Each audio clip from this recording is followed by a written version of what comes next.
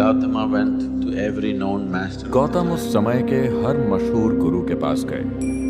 उनकी बौद्धिक क्षमता और ज्ञान पाने की लालसा इतनी तीव्र थी कि जो चीज समझने में बाकी लोगों को सालों लग जाते थे वो कुछ हफ्तों में ही सीख लेते थे।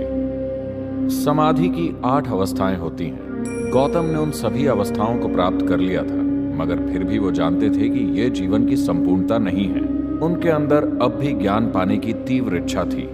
जब सारे उपाय बेकार हो गए तो उन्होंने अंतिम मार्ग का सहारा लिया, जिसे समाना कहते हैं। समाना साधकों के जीवन के सबसे मूलभूत पहलुओं में से एक ये है कि वो कभी भोजन नहीं मांगते, बस चलते रहते हैं, चलते रहते हैं। गौतम ने इस मार्ग को इतनी कठोरता से अपनाया कि वो उस दिशा में नहीं जाते थे जिधर भोजन मिलने की संभावना होती थी।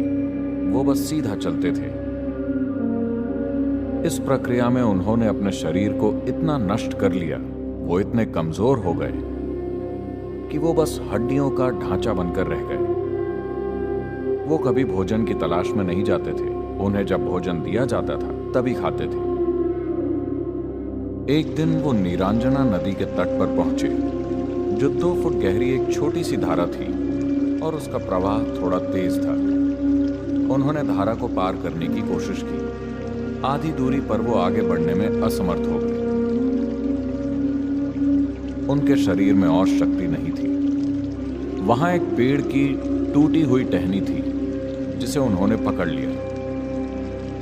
पता नहीं वो कितनी देर तक वहां खड़े रहे। शारीरिक कमजोरी की वजह से उन्हें वो समय बहुत लंबा लगा होगा। वो कुछ मिनटों का समय भी हो सकता है या कुछ घंटे भी, मगर उनके अनुभव में वो समय बहुत लंबा था। वो बस वहीं अटके रहे।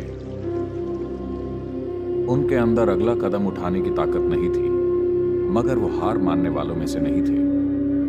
अचानक उन्हें एहसास हुआ कि उनकी समस्या ये है कि वो आत्मज्ञान को पाने की कोशिश कर रहे हैं।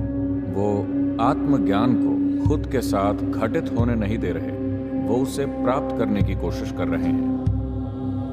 वो एक असीम अनंत आयाम को पाने की कोशिश कर रहे हैं। फिर वो शून्य हो गए। अचानक उनके अंदर नदी पार करने के लिए कुछ कदम आगे बढ़ाने की ताकत आ गई। वो जाकर उस बोधि वृक्ष के नीचे बैठ गए। वहां बैठकर उन्होंने निश्चय किया, मैं यहीं बैठूंगा। या तो मैं आत्मज्ञान प्राप्त कर लूंगा या यहीं प्राण त्याग दूंगा। मैं यहां से नहीं उठूंगा। और वो बैठ गए। पूर्णिमा का चंद्र उग रहा था और उन्होंने परम ज्ञान प्राप्त किया और परमानंद की अवस्था में वहां